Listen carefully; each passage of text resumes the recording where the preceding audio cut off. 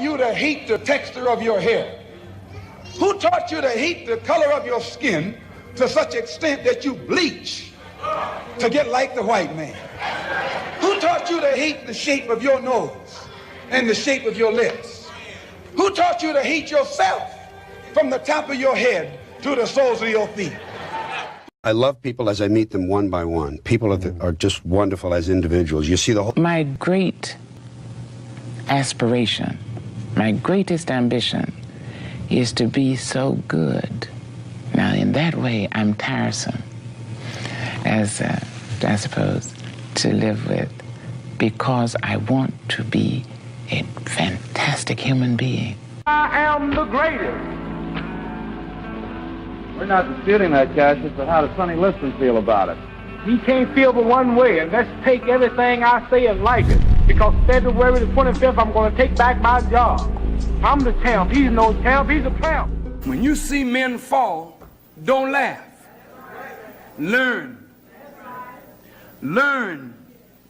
Because you're on your way up. And the things that tempt people to fall, you and I are not free from that temptation.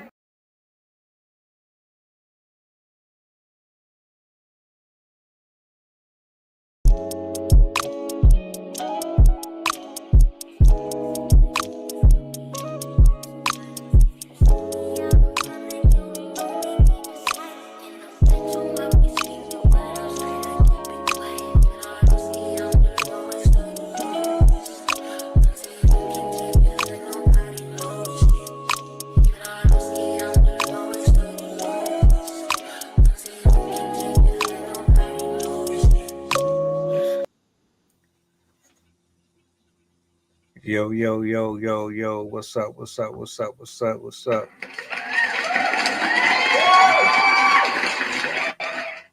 Welcome to another episode of Assembly of Excellence podcast. Early happy Thanksgiving to all of you out there, to your families, to your friends. God bless you all. Praise and glory to the Most High. Enjoy the time with them. Laugh, smile, stuff your face, crash out, argue, get caught blowing up the bathroom because you ate too much peach cobbler. I don't know.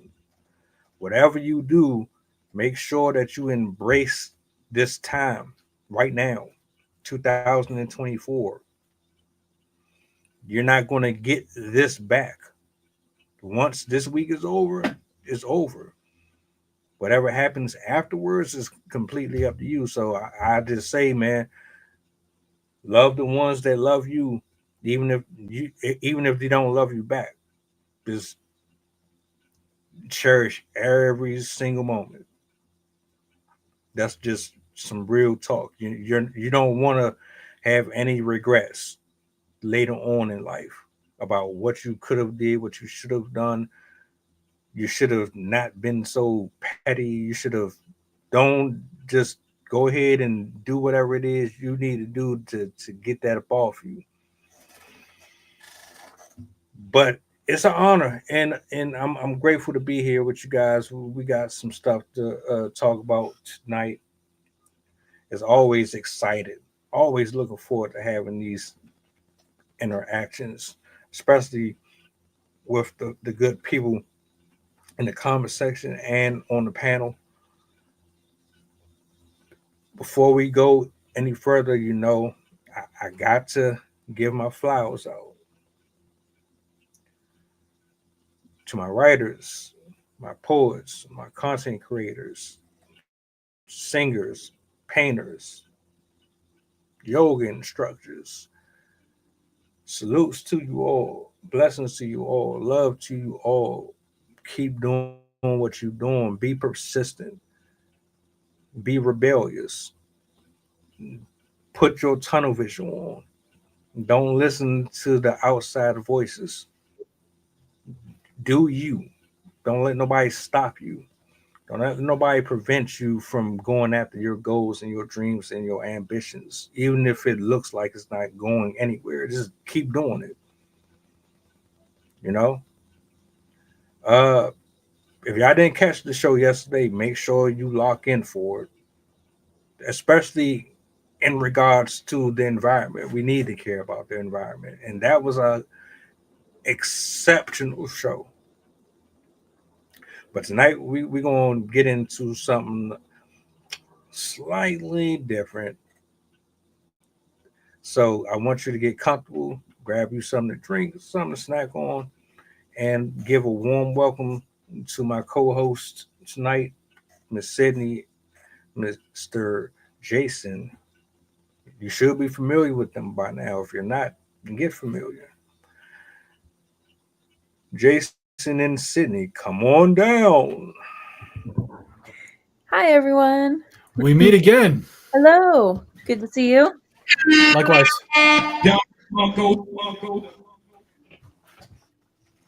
Too bad we didn't talk yesterday, but I'm glad to see you today. Was it a good show yesterday? Environmental science. We were talking about climate change and why it's imperative to care for the environment at all. Okay. Yeah. How'd the move go, bro? Everything go smooth? Oh yeah, everything went well. It was an ongoing process, but still doing a little bit of this and that for them. But they have loved the help that I've been able to give them. It's been magnificent. So yeah, just do what I do best, helping out where I can. We need more of that. We definitely need more of that. Shout out to the fans, man. Tonight I thought we talk about something that I like. This is a phrase that I've heard so much that I want to hear someone else's take on it. For a number of reasons. I guess I can kind of frame this real quick. So the term oil and water don't mix. That's usually, from my experience, not just culturally, but in my everyday, trying to indulge myself with the opposite gender, just talking to different people and growing up, I would always hear, opposites don't attract, or opposites attract, or yeah, you're this and you're that, but you're not you're kind of like not my type. And then flip it again, you'll see people that's dating or interested or involved with someone that you would look at and think, this don't look like it makes sense at all. But that's just to everybody else's point of view. But to you, it's like I kind of understand why. So I kind of wanted to just talk about that tonight. Do opposites really attract? Is that just a saying? Your initial thoughts. We can start with Sydney, ladies first. We go to you, Jason, and let's kick it off like that. All right. Well, I've always kind of believed the phrase myself. My husband and I have been together since 2015. We've been together almost 10 years. And we, at face value, seem like we're nothing like each other at all. Like, I'm the intellectual. I'm the one that you're going to find me reading on books, reading on the internet. I'm going to be on like social media. I'll be talking about the latest scientific findings and stuff like that. I'm a hardcore nerd. Like, you will not, if you ask me to name 5 sports teams, I couldn't do it. If you wanted me to participate in those sports, you would regret it. I am not anything like my husband at all. He's into martial arts. He is extremely skilled at anything he puts his mind to. He's very physically able. He does disc golfing as well. He also just likes to participate in a variety of like physical exercise type activities, and his friends are like that. And then he's also like, he's into D&D, he's into video games, he's into all that stuff, which again is a skill I do not possess. My childhood was spent on Zoo Tycoon, making zoos for animals rather than figuring out all the other stuff. So my game mechanic skills are not there. But fundamentally, once you get to know us, it becomes apparent where our similarities do lie. Because although we have vastly different upbringings, vastly different behaviors and interests and likes and friends and stuff like that, we have very, very similar values. Both of us have been in not so savory relationships and have seen the repercussions of cheating partners. We've both been in family home situations that led to similar feelings of abandonment and anxiety. So we align on those areas. And then also just the people we're surrounded by keep us similar as well, because his mother and his brother-in-law, my brother-in-law, are both psychologists. And so I also am kind of able to bond with him through his family members as well. So we are very, very different, but we have a lot of fundamental similarities, which is, I think, what has brought us together. He and I have talked about it in our past. It's kind of a miracle that we lasted, because in other relationships, I could see how our relationship could have fallen apart, because basically from the first moment we met each other, we almost lived with each other almost the entire time. We met when I was in college, and he has a very difficult stepfather, and he ended up getting kicked out shortly after we met. And so I had him move in with me. And so our moving around all over the place, because we went from a dorm to an apartment, back to a dorm, to another apartment, to a friend's house, to our family's house. And then we went to a hotel while he was in the military. And so we've jumped all around, but that really has brought us together. And I think it's those values that kept us aligned, even when we weren't getting along. Because at the beginning, there were growing pains. We had to learn each other, understand how to interact in a way that was beneficial for each other without making each other crazy. But I think because we had those commonalities, it did help us. I think that's kind of what people miss in that phrase. It's what they might say, like, oh, you're oil and water. But I truly believe that even if you are oil and water, you have to have some fundamental similarity for it to work out. I don't think relationships can work out if there is absolutely nothing in common at all. Like, if your values are completely different, but if there is something important to both of you that you're able to build around, I don't think it matters how different you are, as long as you do have that one component, one aspect.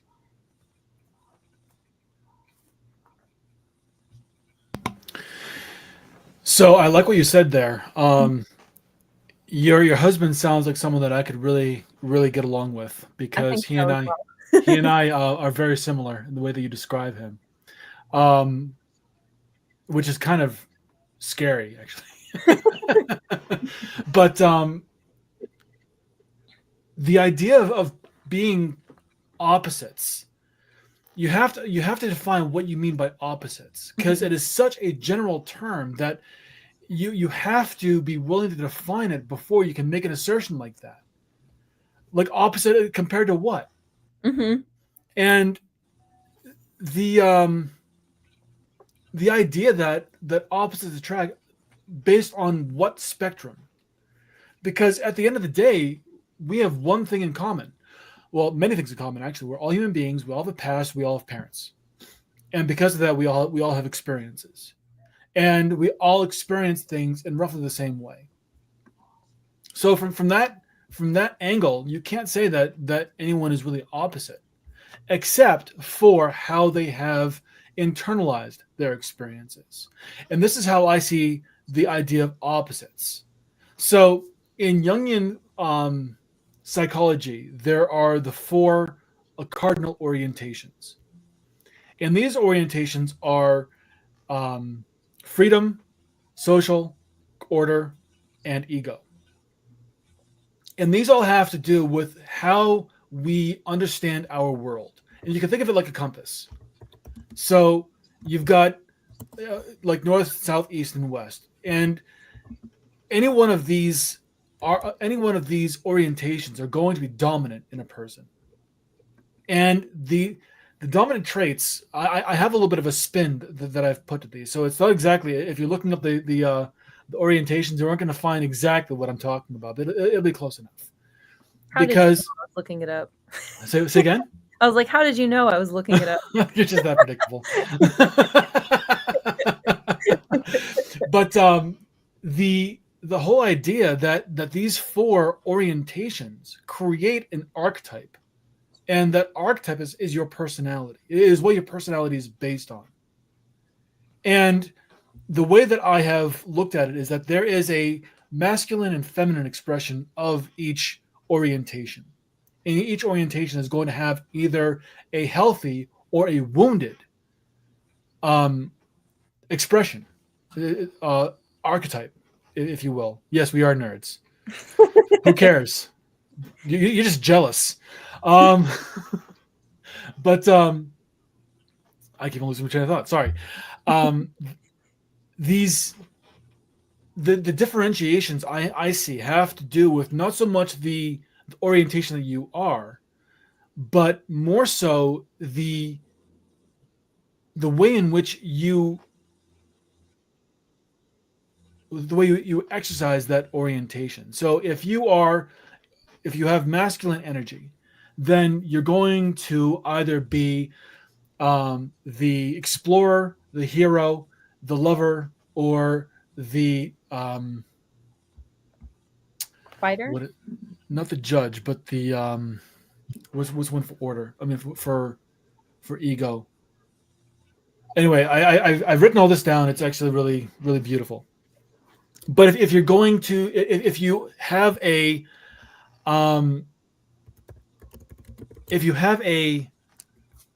unhealthy or a wounded expression of this archetype, it's going to come across as the lone wolf, the nice guy, the white knight, or the tyrant.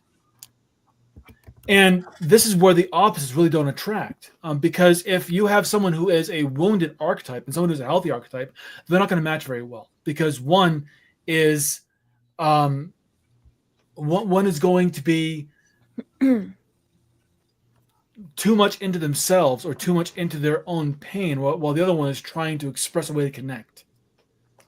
And this is the opposite that I refer to. Are you more? Do you have more of a inclination towards connection or inclination towards protection? And this is going to be the real difference. The biggest difference is going to be how you proceed with your archetype. Is it healthy or is it wounded?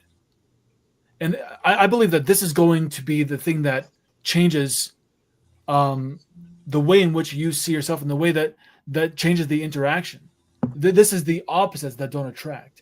In every other way, if you've got two healthy archetypes that just, or two people who are practicing healthy archetypes, and they're just living their best life, yeah, they're going to find some way to create common ground, and that common ground is going to create something beautiful.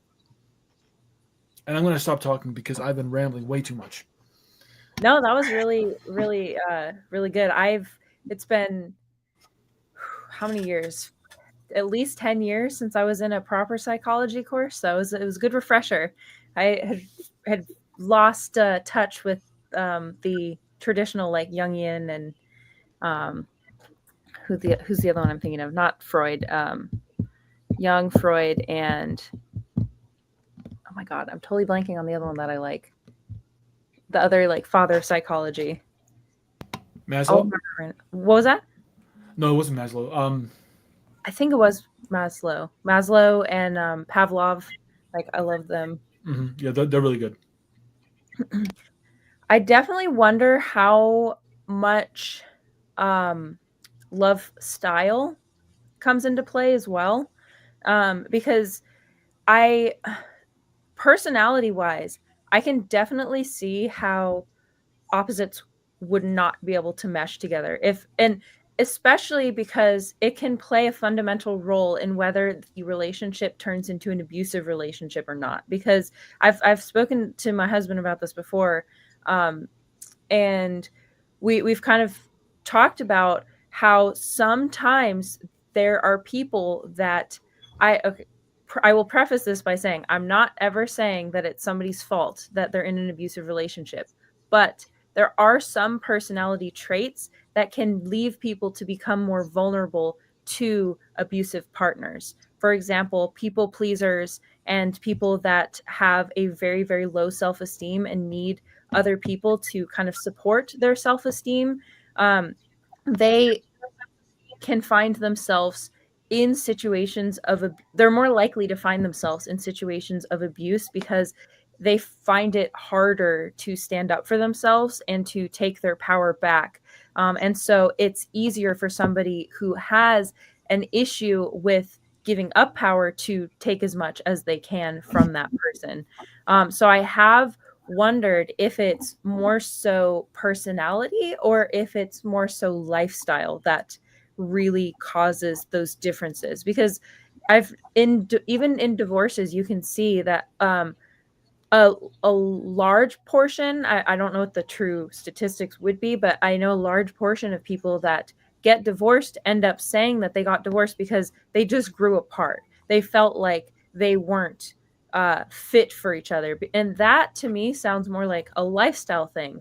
But I also see in the divorces that are like non-amicable, like in those other cases, it seems more like a personality difference because they're not able to manage their emotions in an effective manner to get along with each other, whether one person just likes to scream and the other person doesn't know how to handle it. There's a lot of like aspects to how you interact with people that can make it incredibly hard to get along with a person that you're spending all of your time with. So I definitely wonder how much of it is personality versus personal choices and where that can start to cause friction. It's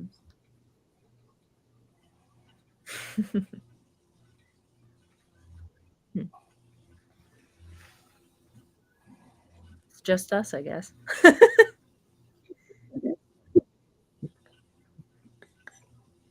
I'm still here. I'm trying to. I'm still here. I'm just trying to fix. Oh, go ahead. I got you. Okay. So yeah, I hear what you're saying, and my rebuttal to that would be, what's the difference between lifestyle and behavior? Because one relates to the other, and one can be seen as being either causal or indicative of the other. I think in my head, when I say personality versus lifestyle, like personality is kind of your, without manipulation, what your baseline response is. Like, are you somebody that can sit there and have a conversation with somebody, or are you going to be like, I people that have a big ego or anxiety, they're more likely to like cut people off or to argue, to like incite the arguments. So like your personality would be kind of like, how do you respond in situations to people, like in communication situations? Whereas lifestyle would be more like, are you somebody that's messy? Are you somebody that is always going out shopping? Like, how much do you consider people when you're playing stuff that makes noise around the house? Like, how considerate are you when it comes to like, oh, my partner's going to bed, but I'm going to be awake? Like, I think there's how you act and then there's how you behave. And I think they don't always go in hand. I think a lot of people want to believe that they go hand in hand, but there's so many instances of people believing like, oh yeah, I'm actually this quiet, sweet person. But then when you see them in an altercation, you're like, whoa, where did this come from? Like, you're normally so like you're this way, but you're acting this way. So I think it's like there's the manifestation of how you act, but then there's also how you naturally are. So I think that's kind of where I would separate those two. Okay, so one thing that I have found to be very true is during my studies of behavior analysis, there were these laws that I very much bought into, and they've yet to be proven false. Doesn't mean that they're absolutely true, but I've yet to find an instance where they're proven false. Mm-hmm. So the first one is that people only do something when there is a reason to do so, even if that reason is false or imagined. And to your point, when someone is going to act one way in one situation and act a completely different way in a different situation, there's clearly a reason for that. Mm-hmm. And that reason has to be taken into consideration. Why? What is it that made the person feel the need to either act this way or act that way? Mm-hmm. Which one is their natural state? And that's why observation is so important, to be able to get a baseline. Mm-hmm. So you can understand what their normal or their more predictive behavior is going to be. Yeah. And through that, you can understand the peaks and valleys that a person goes through, because it's all behavior. The way that a person acts is going to be indicative of their behavior. Right. And their behavior is indicative of their emotions in their state of mind at the time. Right, right. And so it is all connected. Absolutely it is. Mm-hmm. Because we act through our emotional state and then use reason in order to understand and communicate what we're trying, or try to communicate what we're feeling or what we are experiencing at that time. And into the future, our behavior will be affected by past emotions as well. Absolutely. Absolutely. And there's no way to really, when you understand that behavior is this, it's much bigger than just the way that we behave. It is a state in which we see ourselves, and through the way that we see ourselves, we interact with our world. Mm-hmm. And through that, our behavior and our actions are actually a manifestation of our behavior. Mm-hmm. I created this thing called the behavioral loop, which helps to really understand this. And it has 6 pieces. It has the circumstances, emotions, meanings, feelings, decisions, and actions. So your circumstances can't be controlled. They can only be contributed to through your actions. However, your circumstances are going to trigger an emotional response based on whether you are exhibiting a healthy or a wounded archetype. That's going to trigger a meaning. Now, the meanings have also been created from past events.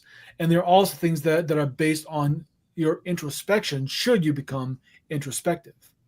But barring that, the repetitive way in which you have created your meanings are going to remain steadfast.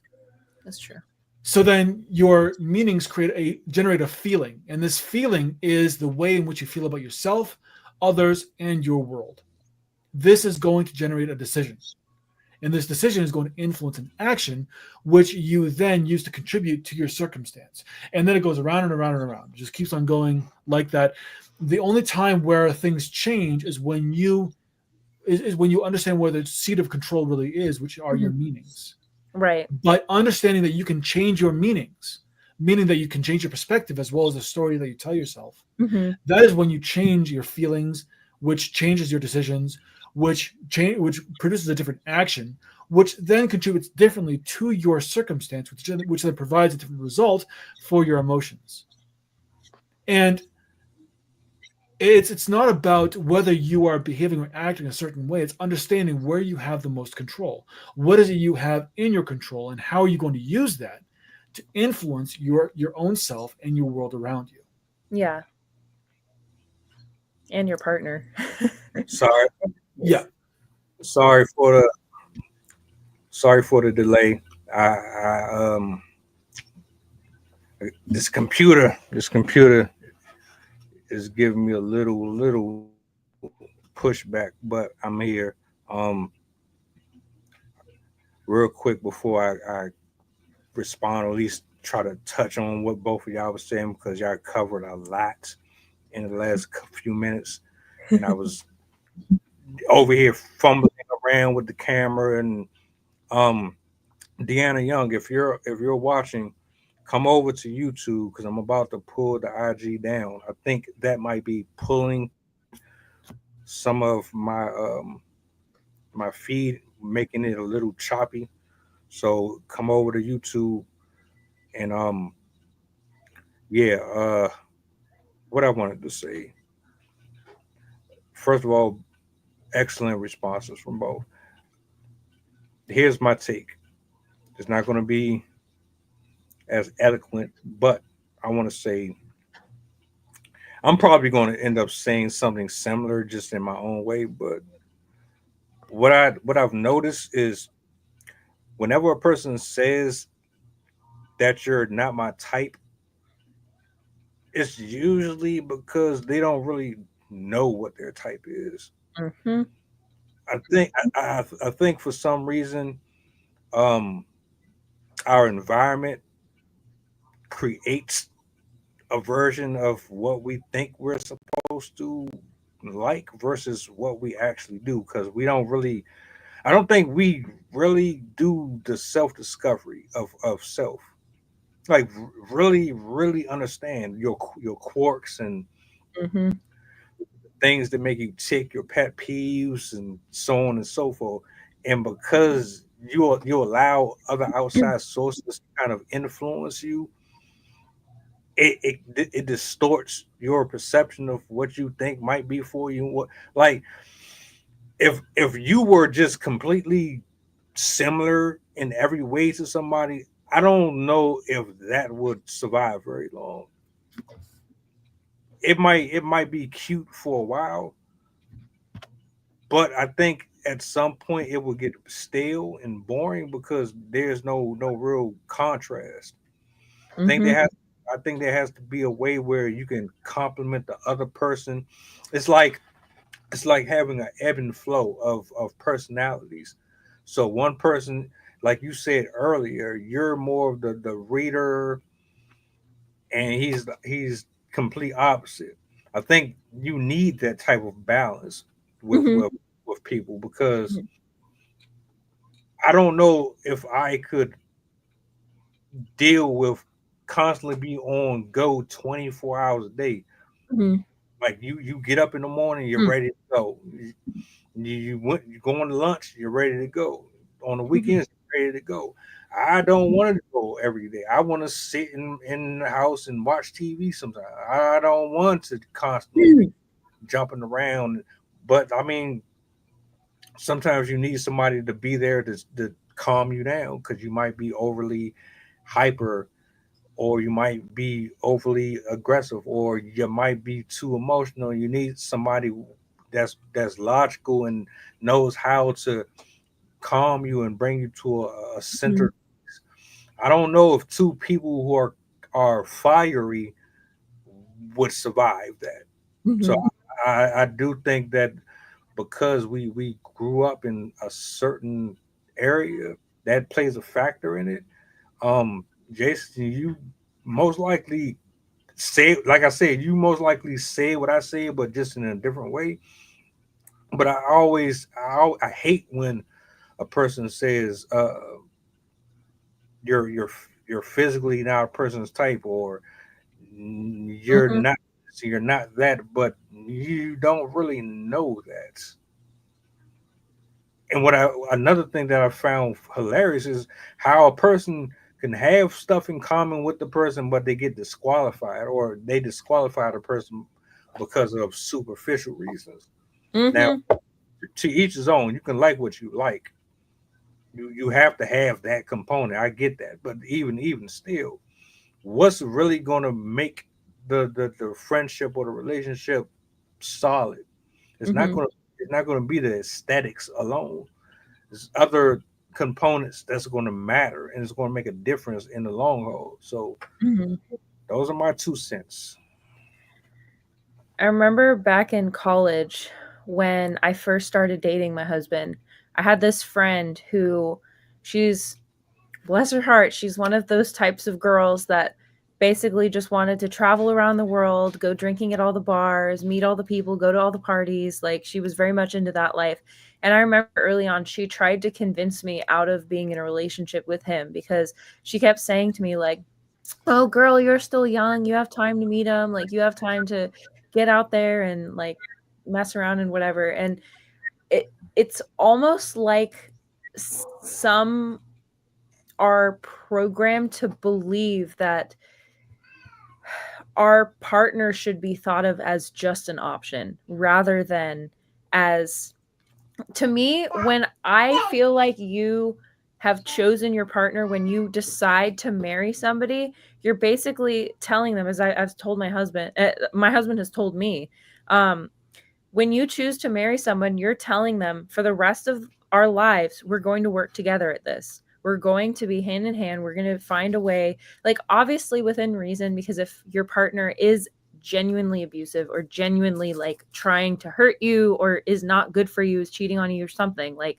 there is a difference. But if you have somebody that is willing to walk into the nothingness, into the unknownness with you, and is willing to stand by your side no matter what happens, that is a good partner. Whether or not you have everything in common or nothing in common, if you have that like common goal together, I think that that's meaningful enough for the relationship to work. If you both go in with a willingness to see it as a commitment, as a partnership, as something that you're willing to work at together no matter what happens. That's the whole meaning behind the vows. It's been so trivialized in modern times because of how we just kind of trivialize everything. But really, that's what marriage is. It's the promise that for the rest of your life, you will be at that person's side and you are trusting that they will do that for you. I think people tend to either forget it or it was misrepresented for them in previous relationships. They never learned it. They never felt they deserved it. But I think a lot of people, as you said, people aren't very self-aware anymore. People don't do the deep work that it takes to understand yourself. And we're also, side note, surrounded by so much pseudo psychology nowadays, where you just take a test and it'll tell you if you're bipolar, or you can take these plant thing additives and it'll make your ADHD go away. Like a lot of people have a poor understanding of how psychology actually works. And so it's easy for people to turn phrases like that into like an end all be all statement. Like, oh yeah, well, opposites can't get along because I have this one example in other people's eyes, like, oh, I have this one example where this relationship didn't work. And so that's the way it is everywhere. Like people are very, very keen on applying everything to themselves. I think that it's the psychology and the self-awareness is just missing. Like I think people don't even do enough work to even understand if the person is compatible to begin with. Like you said, they like, oh, they're just not my type. They don't know who their type is. They don't know if the person is their type. They don't do enough work to understand themselves, which means they also don't understand other people. If you don't understand your internal mechanisms, if you don't understand psychology, chances are you're going to be constantly misunderstanding the person you're trying to have a relationship with, because you're going to hear them for somebody that understands psychology. If you hear somebody that's angry, you're going to look at them and say, wow, they are in pain. They feel like I'm not listening to them. They feel like they're not being heard, or whatever it might be. But if you don't know anything about psychology, you're going to say, oh, this person's being really angry at me. I'm going to shut down. I'm going to go away. They just don't want to be around me, whatever. Like a lot of those people will either remove themselves completely from the situation. They'll break up with the person, be like, I'm not even going to try. I'm not going to explain it. Or they'll let it continue happening. They'll let it fester. And then these relationships end up, or these two people in the relationship end up turning to blowout arguments because neither of them know how to properly explain their emotions to the other person. They don't even know what to ask for from the other person. As somebody who's kind of gone through this myself, it can be very disorienting if you're feeling a lot of strong emotions, but you don't know where they're coming from or why you're even having them. And so I can't even imagine somebody that has zero experience at all in psychology, what it must feel like to receive anger and experience anger, but not know where it came from. You don't know anything about trauma. You don't know how relationships work in terms of psychology. So it's a really stressful landscape to navigate if you don't have that knowledge. 100%. And not only have that knowledge, but also have the compassion to, as you said, see someone as this idea of not making any kind of judgments on them just because of how they act. Mm-hmm. One of the biggest takeaways that I had when I was doing behavior analysis, and the guy that I trained with, he's a former naval interrogator. Oh, wow. So he's done a lot. He's actually kind of cut his teeth in the field. And one thing that he talks about is the idea of how we perceive people, how we perceive others. We perceive them as broken, as different, as facts, or as reasons. Mm-hmm. Broken is pretty self-explanatory. This person is a lost cause. Zero, nothing will help them. I might as well just write them completely off. Different. Like this person. People. Say again? Like what we do with unhoused people. Right. Or the idea, so when you move to different, this person is different from me. Mm-hmm. So obviously they act that way because they weren't raised the same way I was raised, or they don't have the same culture as I do. Mm-hmm. Still very toxic. It's very divisive. When you look at someone as facts, okay, well, they're just doing what they do because that's what they do. Not as bad. But the best way in which to look at someone and how they act is to say to yourself, there must be a reason why they decided this must be the way that they had to react, mm-hmm. or this is the way they had to respond. Something must have happened that brought them to this conclusion. Mm-hmm. It is by far the most helpful and compassionate way to look at someone, mm-hmm. to see someone as not just a bundle of behaviors and then judging those behaviors or judging the person by those behaviors, but understanding that there's something more behind it, mm-hmm. that something happened for this to take place.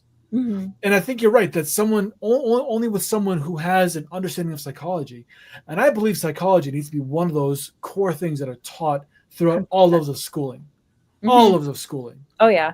That and environmental science. By helping people understand how people behave, you will get rid of so much contention, mm-hmm. and so much unnecessary conflict. And there is such thing as necessary conflict, where the conflict of ideas need to be hashed out in order to find out what is to be committed to. But if it's just contention for a mm-hmm. need to be right, it doesn't make any sense. And the more we understand about each other, the more we're willing to exercise this idea that I can disagree with you and I can connect with you at the same time. Mm-hmm. I think that's why there's been such a de-evolution of politics lately, because we've definitely what's the word, homogenized, where we split into two, and we've become repellent of the other side. We're manifesting like oil and water, where the red side and the blue side don't want to intermingle. People don't want to have discussions. It mostly turns into blame fests. Well, your president did this and our president did this and whatever. But that, as we've seen in climate change, as we've seen in basic politics, as we've seen in the war situations, then all of the other fundamental divisive issues that we have in the United States and around the world, that's not getting us anywhere. It's just causing people to fight. And we've lost touch of the people that it's actually affecting. I've noticed that we've reached a point in human discussion where it's now idea against idea rather than here's the idea, we don't agree, but how can we meet in the middle? There is no middle anymore. People don't want to meet in the middle. They don't want to try and reach the middle. They're just so sensitized almost. It feels like people are just so at the end of their nerves that any little thing is going to set people off, and they don't want to deal with it anymore. And we see it in relationships, we see it in our government. It's I don't know exactly what's causing it, but I think education is a huge component. I definitely think that if this was as readily available in school as mathematics should be, as reading should be, as science should be, I think a lot more people would come into the world with a greater understanding of how to actually make it better, how to make our workforces happier and more effective, and how to make our military happier and more safe when they come out or when they are in it. Even all of the scientists that we have, there's a massive problem right now with scientists feeling like their work means nothing anymore. They feel like they're not making an impact because nobody even wants to listen to them. Psychology and how we interact with each other is being forgotten, but it's such a crucial component for understanding how to bring the world back together.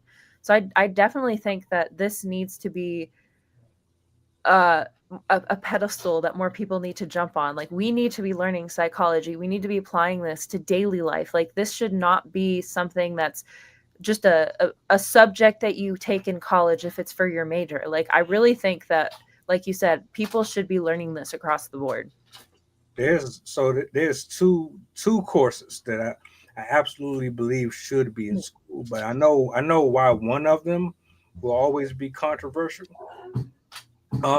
Denali. So there's this a two part for right. I think that religion should be taught in school. I think that without that being one, so you have religion and then you have psychology.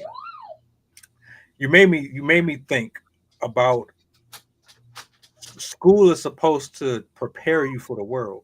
Mm-hmm. At least that's what I thought. And I did I, I did a recording not too long ago about No, Denali. is school has it become um a glorified babysitting establishment because parents do not raise their children the way that they are supposed to as we speak right now, and also I'm wondering, you have biology, you have chemistry, you have trigonometry, you have history, you have all of these different courses, but do any of these courses prepare a child, teenager, in the ways where they develop the tools to be able to discern and really compute and understand how their body works, how their mind frame is set up, how important it is to be able to interact with different people. Granted, they do put you in spots where you have to stand in front of the class and you have to give presentations and things like that. But what about the interpersonal relationships, the ones where you have to decide, oh, how do we navigate through um, disagreements and peer pressure? And I've never, in all of the years that I've been in school, been a part of a program where their approach has ever been effective, and they've had them, but they seem to go by like this watered down book version of how you're supposed to deal with the opposite gender, bullying, so on and so forth. It's not so cookie cut, you know. So can we say that the school system has a good role to play in why we have like this vague version of, well, this is what I like because you dress certain, you wear this and you wear that, so that's what I'm going to base my attraction on. I'm not really going to be looking at anything beyond the surface level. Does school have anything to do with this? I know there's a number of things that has to do with this, but it just made me think about it because math can but only do so much. Science can only do but so much. It's teaching you about flowers and insects and all that, and that's fine. I'm all for it. But it's not teaching you how not to be an asshole. You know what I'm saying? It's not teaching you how to be respectful of your elders and how to be polite and how to disengage from pointless situations that might turn into you getting suspended or kicked out of school. So here's why I think that it's good to have religion in school. And when I say religion, I'm not stating any one religion should be taught over another. I think the concept of religion needs to be taught. The concept of the existence of God and how we all come from that source and we all return to that source. I believe that is the best way that religion can be taught. It can't be taught with agenda. It has to be taught in its most pure form. And with that, I absolutely agree because that teaches us to be humble. It also really teaches us the idea that, yeah, eventually we expire. We no longer are here. I learned that when I was a child, and I'm glad that I did because at first it was like, well, shit. but then when I came to realize it, especially through my understanding of Stoicism, I realized how much of a blessing it was to have a limited time on this earth. And how that really encourages someone to have a fire lit in them to accomplish what they can while they're here. And being able to know that what you've done is enough. And what the real intent isn't to do everything you can, it's to set up the next generation for the greatest amount of success that you can to promote that ever advancing civilization. And as long as you're doing that, you've done your job. Congratulations. You now are able to pass on with peace because you've done what you can with the time that you have. I think that's really important. And then psychology, because yes, we need to, as much as we need to learn about our spiritual selves, we have to get a handle on our emotional selves because damn. And that's just one of those things where if we don't have a handle on that, well, we've seen what happens. We run amok and the whole world goes to shit. But isn't it interesting though that one of the main, like, to me, this is huge. This is something that could change your life. This part right here, psychology and religion. These, if you were to ever have any courses, these two should be something that should have already been established. So it's almost kind of scary to me that the two that should be there weren't there.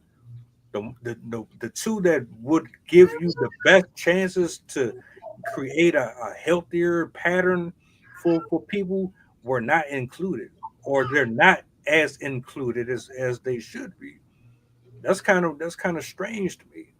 I don't know if it's intentional or what, but it's part of the secularization of schools where people were, I believe it was around the 80s or so, they started to want to remove church from state, basically, and they wanted to they basically felt like it was an unnecessary addition to the education system.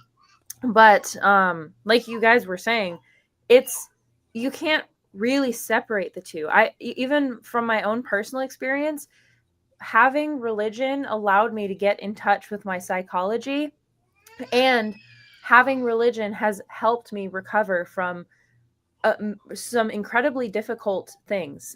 If you have a God to look to, it is much easier to cope with the feeling of existential pain and self-hatred and suicidality. If you are suicidal and you are looking up into the sky begging for a reason to live, and you do not believe in God, you're going to look up into the sky and you'll probably see nothing. But if you believe in God, you will look up into the sky and feel like somebody is there for you. You'll feel like somebody is looking down on you and is there to protect you. Because once you have that establishment in your mind that there's something bigger and better than this earthly plane, it becomes so much easier to look at all of the earthly pains and say, it's temporary. This isn't going to last. But what we're seeing, I can't say for sure if it's directly related, obviously, because there's many different factors that are affecting the mental health of this population. But today, 49.5% of adolescents will deal with a serious mental disorder by the time they reach adulthood. And many of these kids do not know how to handle it because their parents don't know how to handle it. Their teachers don't know how to handle it or are too overburdened to handle it. The schools don't offer resources for it. And so for many students, and sometimes for never, students don't receive any psychology education until college. And that's far late in comparison to the development of the brain. Our brain stops its physical I forgot what exactly, like the pruning and such that happens with childhood, that stops at 25. That's why that's why they've set the marijuana limit at 25 in some places, I think. But like that's the whole idea behind it, because your brain stops developing at that point. If you're only introducing awareness to how the brain works at 21, 22, 23, 24, when they already have basically ingrained negative habits into their minds instead, it's going to be tremendously hard for them to break out of those patterns, because it's literally going to be concreted into the physical formation of their brain. They've even said children born after 1996 literally have physical deformation and changes in their frontal lobe and their limbic system because of their access to social media, video games, and TV. The chronic availability of these has literally caused damage to their brain. And that's going to be the same way with your emotional development. If you have been in a household where nobody knows anything about psychology, how the brain works, how emotions work, how trauma works, you're going to be vastly underprepared to come into the real world. I have a personal example. One of my friends, she had been in foster care until she was 18. And then at 18, they said, all right, you're 18, go into the world. She is a beautiful woman, but she does have 2 kids, both with different dads. And she's made a series of emotionally damaging choices and has led a life that many people would look at as unsuccessful. But she also has made, I have, through my conversations with her, I've found that it's because of her lack of knowledge of psychology and how psychology works, how trauma works. Now that she's learning psychology, she has made some of the biggest strides that she ever has in her life. And I think a lot of people are afraid that science and religion cannot go together. But I think once you actually delve into both, you find that they both offer the same things. It's just written in different ways. And so I think you do need both, because like in the sense that everyone learns differently, you have to be willing to teach things differently. You need to teach science through a psychology lens, and you have to teach psychology through a science lens, and you have to teach it through a religion lens as well, because that allows the variety of people to actually grasp these concepts properly. And also it's good for the parents too, because it will allow them to be more receptive to the type of lessons students are getting. All of this plays a huge role in children and adults becoming what they are. I mean, I don't know how it's not obvious or it's clear. I mean, we've all at some point said our environment played a part in this, our upbringing played a part in this, and there's a reason behind it, and there's a reason for it.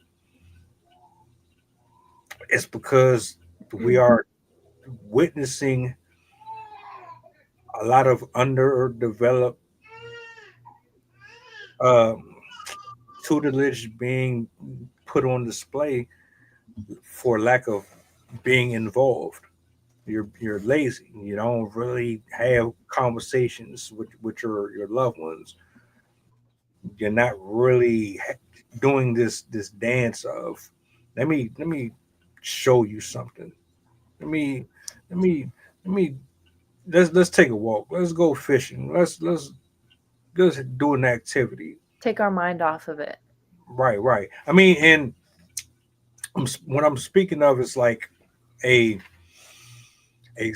social experiment where you can show a person how to adapt in different environments. Mm-hmm. Like I'm thinking, all right, you're not so this person might be a little overweight for my taste, Mm-hmm. and I'm just like, all right, well, let me talk to them. Let me see what they're about. Mm-hmm. And so I started to have a conversation with this person, and from the conversation, they're pretty dope. They're pretty fun to be around. Now that would open up the options for friendship or a future business with this person, or maybe it's just a high and by. But by me not disqualifying the person because of how they look, and I just had a chance to talk with them, I got to discover something more about them as just being a human being and myself. Because now I'm like, well, at least I'm not shallow, or um, I can be cool with anybody, Mm-hmm. and it doesn't. It gives off the impression that, well, you can still be kind and generous and open minded to just being an overall decent person, because there's characteristics and traits that come when you haven't been in certain scenarios that make you look like you're arrogant and make you look like you're facetious when you might get misunderstood, but you won't know that if Mm-hmm. you've never gone through those courses like y'all both said. So while I was listening to you and trying to unscrew my technical issues because they were aplenty, um, I had a moment to be able to really think about some of the things that you were saying. Sydney, there is currently no physical evidence to show that the use of at least not in large quantities of evidence that would be necessary to create a pattern. There's no evidence that shows that the level of social media use that is being used by children is going to abnormally affect the development of their brain. Let me find the. This is These are studies that are basically done on assumption And the same way that early behaviorists believed that the size of your cranium dictated how intelligent you were, which ultimately was also proven false. The fact that we are in a level of hyper evolution of our technology, it creates a lot of fear. And the fear is that these things are going to adversely affect people. They're going to adversely affect us. And there is no concrete evidence to show this. Neuroscience has proven to get many things right, but they've also got a lot of things wrong because they have only focused on the brain itself rather than the brain connected to the body. Yeah. And seeing the entire organism as a brain. Yeah. So there's a lot of information that I would encourage people to really take with a grain of salt and do their own investigation and also see how things have affected in their own life. My daughter, who lives with her mother, she gets a lot of screen time, but she's smart as a whip. She and I don't have much of a relationship, and yet her personality is very much like mine. And I can only say, yeah, but aside from that, it tells me that the fact that she's been exposed to screen time since she was 1 year old, and she's 10, going on 10 this year, 2025. I should preface, it was a study on kids that use more than 20 hours or 10 hours a day of video use. They had the marked decrease in gray matter in the area around the frontal lobe and limbic system. They said the same thing about my generation being the generation that was raised in front of a TV. And yet, remember that there was no evidence to support that. It is assumption. It is assumption based on fear. Mm-hmm. And so unless you have the ability to autopsy 1,000+ children, that after a certain amount of development, you can see the fact there has been a marked difference in brain development because of video use, you can't make those claims and expect anybody to take you seriously. Okay, that's fair. So that's why let me add. Go ahead. I don't want to cut your wisdom. I'll pull up after you. So I say that it's necessary for people to really take these kinds of studies, which are the absolute definition of pseudoscience, because they're nothing more than assumptions based on fear with the tiniest grain of salt. Okay, yeah, I can see that. It was taken from a book of somebody that kind of elaborated off of evidence that he kind of all put together, puzzle piece style, you know. Yeah, they heard it from a guy who heard it from a guy who heard it from a guy who read it somewhere. Yeah. Yeah. And I take it with the exact same level of seriousness as that. Mm-hmm. Unless there is concrete evidence to show this, the brain is a remarkable structure that we still don't fully understand. Even with all of our mapping of neuroscience, mapping the genome, everything, there's so much about the human condition we do not know. Mm-hmm. And the more you know, the less you don't, or the more you know, the less you find you don't know. That's what it exactly. Yes. And the idea that the brain stops developing at 25 has been proven to be false. And I know this because of neuroplasticity. Neuroplasticity goes until we are dead. But they still use it for legislation. They do, but it's propaganda. Mm-hmm. It is propaganda, and that's, I mean, the most crucial development happens between the ages of 0 and 25. Mm-hmm. That is a proven fact. Yeah, this has been studied with over 1 million people that have gone through the developmental years between the ages of 0 to 35, and they've found that the most crucial development happens between 0 and 7, 7 and 12, 12 and 16, 16 to 25. Mm-hmm. These are the development cycles, and these also correlate with the brainwave development from delta to theta to alpha to beta. Yeah. So there is a lot of correlation here that proves more likely than not that this is true. So, but when I hear things like this coming from the generation that had the television as the babysitter, because video killed the radio star, It makes no sense. I find this, I call bullshit when I hear this kind of thing, because this is the exact same thing they said about my generation. And we happen to be one of the most impactful generations and currently. Yeah. So I want to, right. I'm gonna put a different spin on it. Um, because I don't have the numbers. I can't disprove or prove that anything that you're saying is wrong or right. So disclosure. Um, I'm gonna come from it from a spiritual space. This is just my belief because I've seen it. I've seen my uncles, and like I don't want to speak from a personal space. This is a general opinion. When I was in elementary school, and I used to walk when I was old enough to walk to school and home by myself, I would see the adults hanging in front of the liquor stores smoking, and I didn't really understand what they were doing.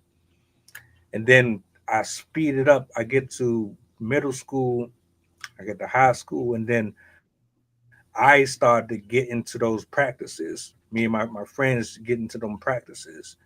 And then we graduate, and then my associates that I thought were friends become associates, and then they not only continue in the practices that we saw the older folks doing, they are now the older folks that are in front of the stores. So they're doing what they did.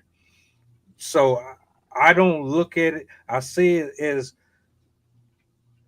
programming in a spiritual sense where you have specific demonic spirits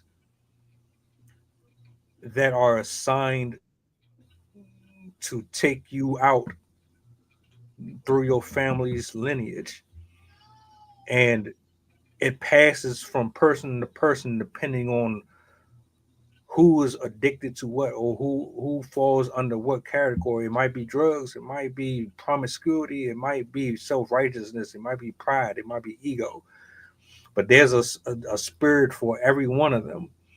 And if it gets its hold on to a person who is not under that covering, you'll end up in this repetitive cycle. Like I've seen so many people. Like I have uncles that they just drink nonstop. They don't know how to quit. Like my grandparents, they did the same things, and so on and so on and so on.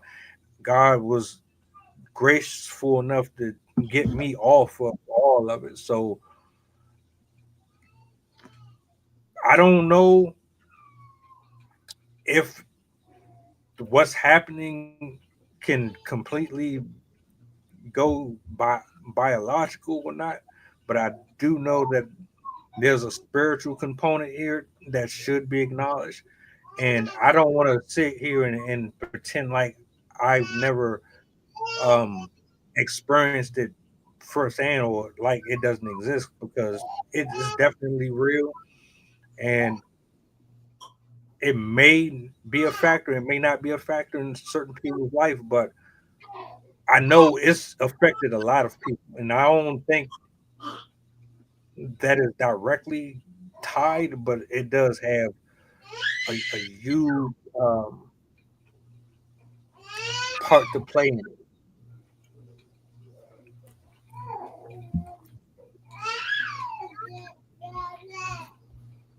But you talk about the spiritual stuff, and it rubs people the wrong way, and don't nobody want to hear that part. Oh, you're talking about invisible people. You're talking about things that we can't see and we can't touch. There's no way that something that is invisible can influence you or make you do something or this, that, and the third. Okay. I think there is some truth to that, but I think the extent on how true it is really depends on the level of belief of the querent. So I have been around many different religious structures, many different religious beliefs and cultures, including witchcraft. And I have been exposed to people on both sides, those who have a very benevolent and um, inviting view of religion and how spiritual practices are used, and those who have a very self-serving idea of religion, how spiritual practices are used. And I found that those that I have rankled, that have the more self-serving ideas, who have wanted to, I don't know, curse me or assail me with demons or whatever shit like that, they don't work. And they don't work because I know that the only way they can work is if I buy into the belief that they will work on me. And while this is not a dig on you, Mel, because I do believe that those who have a strong belief in these sorts of things, they will affect them. I also believe that those who have a very strong and adamant belief in their own ability to persevere and rise up above any of the so-called spiritual attacks that a person is going to beset me with, they just don't matter. Mhm. And because of that, regardless of what they do, unless I buy into their belief system, unless I buy into what they are doing and I make it my reality, it's never going to affect me.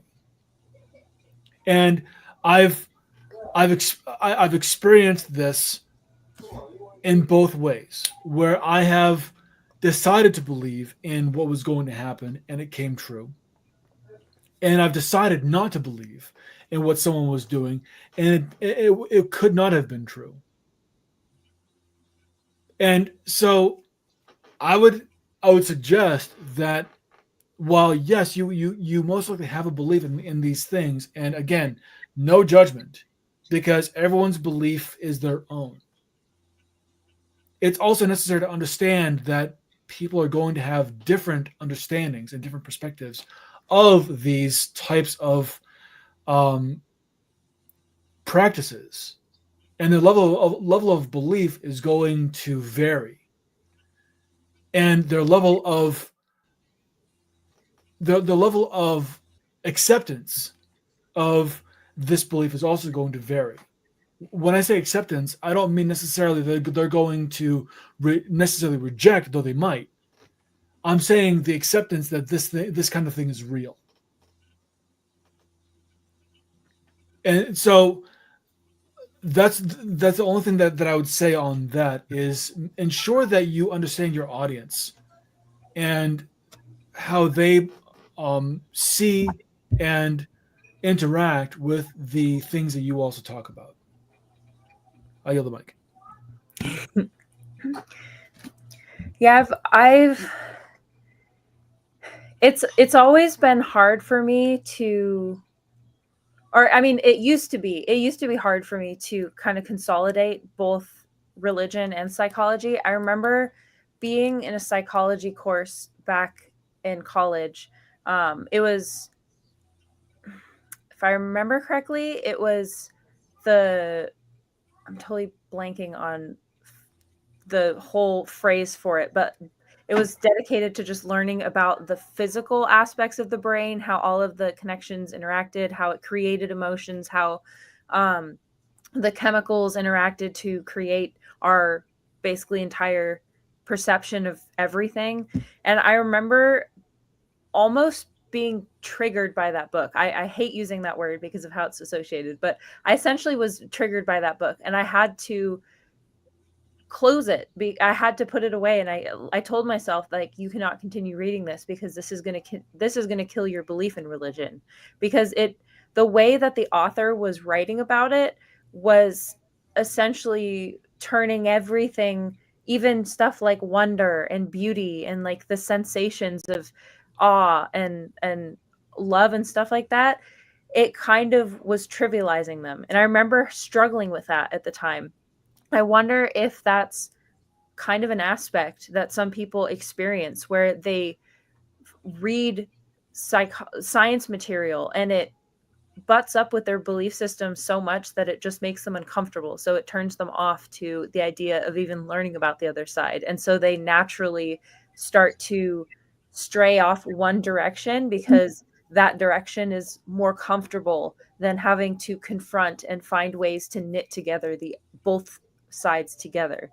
I definitely wonder how much of how many people experience that, and why they in answering why people have a hard time accepting science in general. My personal belief is that if someone's going to try to kill joy with science, they don't understand science. I agree with that. And they are trying to justify a set of beliefs that make them feel like they are right and important. And those are useless. Mm-hmm. The beliefs that seek to create wonderment are the beliefs that are going to continue to evolve humanity. You have to have a belief in just more than our physical reality. Mm-hmm. And this has been proven time and time again. The more you just double down on the physical reality, the more unhappy, depressed, and just absolutely detached from the human condition you become. And that makes you that turns you into a very cruel, sad person. Whereas someone who embraces the fullness of humanity, what Deb Dana calls the risk of living, and you not only fall in love with it, but you enjoy that risk and all that it comes with. You understand that there is an order to everything. Within that order, there's also chaos. And things can be true. Both things have to be true. You can understand your world and still experience the chaoticness of it.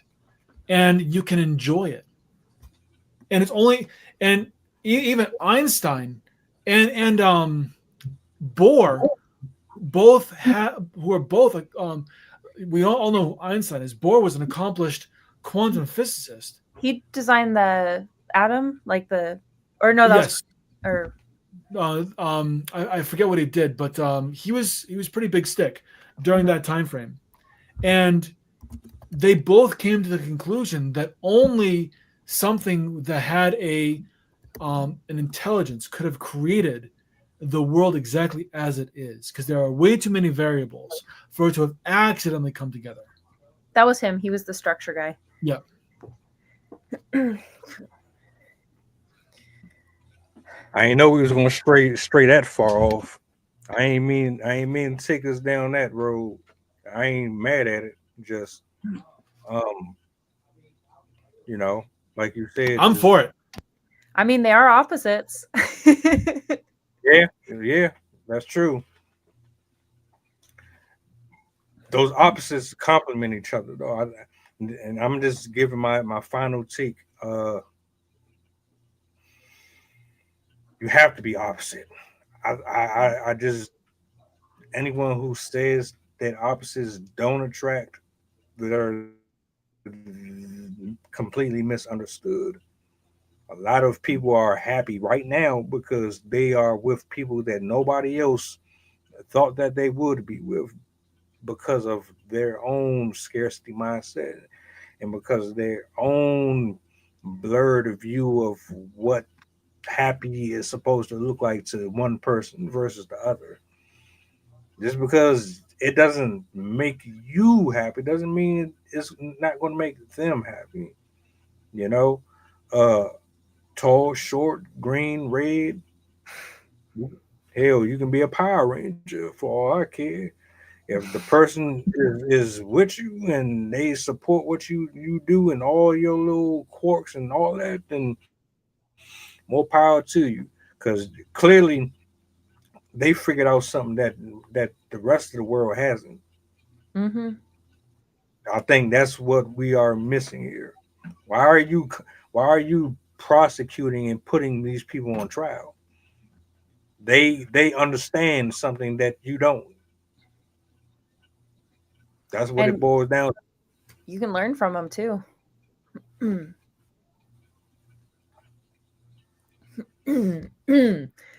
I have a poem to end with. If you wanted to say something first, Jason. Yeah, I was just going to say that the idea of opposites, it really depends on what you're talking about. If you're talking about the glaring opposites, such as men and women, um, extrovert, introvert, things like that, sure, we can make those comparisons. But yes, they complement each other, and oftentimes one will help to draw out the other, or one will help to temper the other. For let's take the feminine and masculine energies. These are complementary forces that together, combined, bring out an exalted version of both. And it is through that exaltation that we create a, a better sense of who we are as individuals and how we contribute to society. With introversion, extroversion, an introvert who's paired with an extrovert is going to learn that they don't have to be so inside themselves. They can begin to, in some ways, come out more of their own safety net, and begin to share of themselves a little more. On the opposite side, the extrovert might realize that being rash and being impulsive may not be the best ways of living, and a little bit of foresight and internal thinking might actually do a little bit of good. If we're talking about the idea of state of mind, state of behavior, like I was talking about with the archetypes, healthy versus wounded, these don't attract, they repel. And they repel because the difference here is a difference of vibration. What Cheyenne Bryant talks about, low capacity versus high capacity. Because the high capacity person can make room for a low capacity person, but a low capacity person has no way of making room for a high capacity person or high capacity behavior. And so it just evolves into a sense of, at best, codependency, of at worst, a codependent, dissatisfied, possibly violent relationship that where neither one feel respected or valued. So it's important to understand how we're looking at opposites and what value we are placing on them. Awesome. That was a really good summary.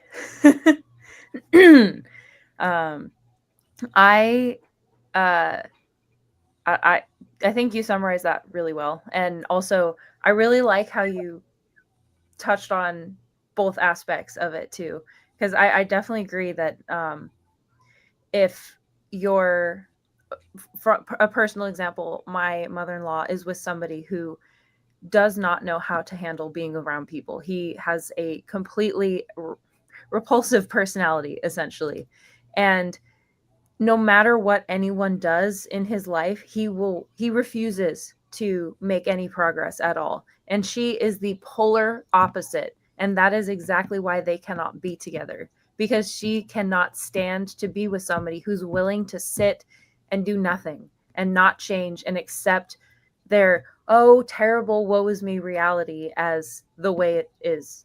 So I definitely think as long as people are willing to work together towards common goals, I think it doesn't really matter how different they are, but they have to have that willingness to work together. Because once that willingness to build on yourself for the other person goes away, you start to resent them, because then you only start to think of, oh, well, you're doing this to me. And so there really has to be a give and take when it comes to relationships in terms of the difference, like how you accommodate for them. I also have a poem that I thought would fit really well because it touches on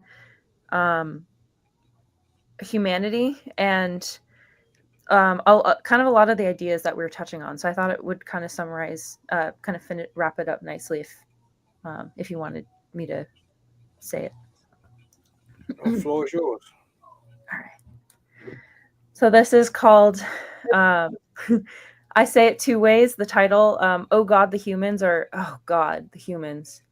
Um, so, "Oh humans, the mightiest to adapt with mind, gaining through fire, through tools, through tech, the supposed champion of the secret societies, of civility and compassion, yet the model of misplaced maturity, the proclaimed rulers of this finite universe with an infinite reach for immensity, for permanence, for kingly acclaim. We execute our will and our way in disregard for the neighbors that stay. We strive for environmental domination, societal peakness, ultimate meaning. We claim to have been replaced by the master creator, yet instead we ourselves act only as the master manipulator. O humans, blessed with, commanded to, be kind, to love, to accept those less than, yet we demand to be equal to kings and fools.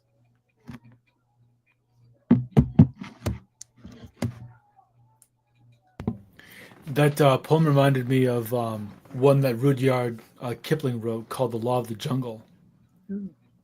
I'll just read the first line or the first stanza because I find that to be the most impactful. Now, this is the law of the jungle, as old, as true as the sky. And the wolf that shall keep it may prosper, but the wolf that shall break it must die. As the creeper that girdles the tree trunk, the law runneth forward and back. For the strength of the pack is the wolf, and the strength of the wolf is the pack. Ah, I like that. If you Google "The Law of the Jungle" by Rudyard Kipling, you'll find the rest of it. It's actually a wonderful poem. It's funny. My dad loved Rudyard Kipling. That was his favorite poet. Oh yeah? Yeah. Nice. Oh wow. Oh wow. Good That's show. I'll have to read that. Thank you. Beautiful poem. Thank you. Great exchanges.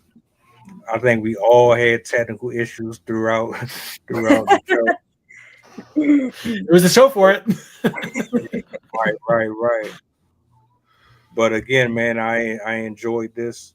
I appreciate y'all for pulling out, for sharing your wisdom. And happy Thanksgiving. I say that early just in case I forget to say it. Enjoy your loved ones and stay safe. If you ain't gotta be out there, don't be out there.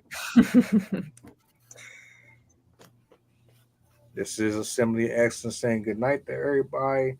I will see you guys tomorrow. Y'all take it easy.